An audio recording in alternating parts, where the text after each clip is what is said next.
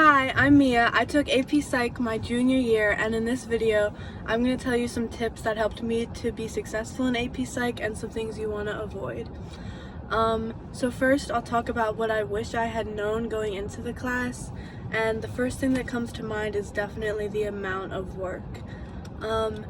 It's definitely manageable, but I think it's super important to know what you have to work on and to go into the class knowing that it really is just a lot of work, and you're gonna have to dedicate a couple of hours each week to getting the assignments done and studying if you want to be successful on the quizzes and tests.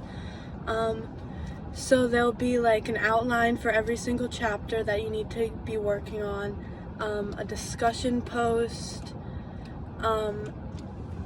there's usually a project for every single chapter, and then there's quizzes and other class assignments in between all of that.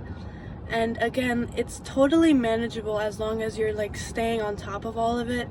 But if you try to procrastinate, it's almost impossible to get any of it done. So you really just want to start working on assignments as soon as you get a new reading calendar. And whenever you have free time, do not procrastinate the outlines. Some things that I did that helped is studying the Google Slides that are posted on Google Classroom before each quiz.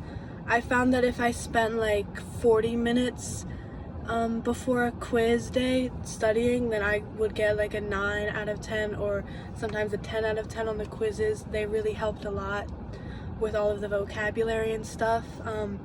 Doing the outlines on time according to the reading calendar, that helped so much, because if you do it all in one sitting, you're really not going to remember all of that. I did that a few times, and it's just really not helpful on the test. So you want to avoid procrastinating it and work on it spread out over different periods of time, and it will really help you be more successful and not feel stressed out.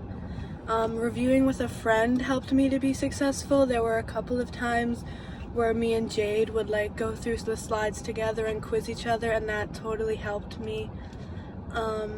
Some things that didn't help was procrastinating the outlines, not looking at the slides before a quiz, and not leaving enough time to actually study before the tests, because there was a lot of times where I found myself the days before a test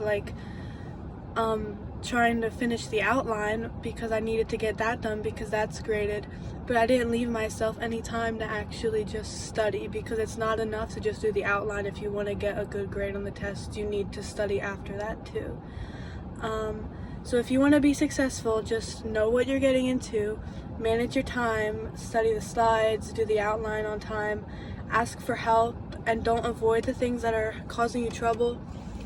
I know for me, throughout every single unit, I hated the biology and the science of all of it so much that I would just not study it, and I never learned it until before the AP exam, and that was just not good. So I just know that if you go to Miss Silverman, she'll totally help you with any questions you may have.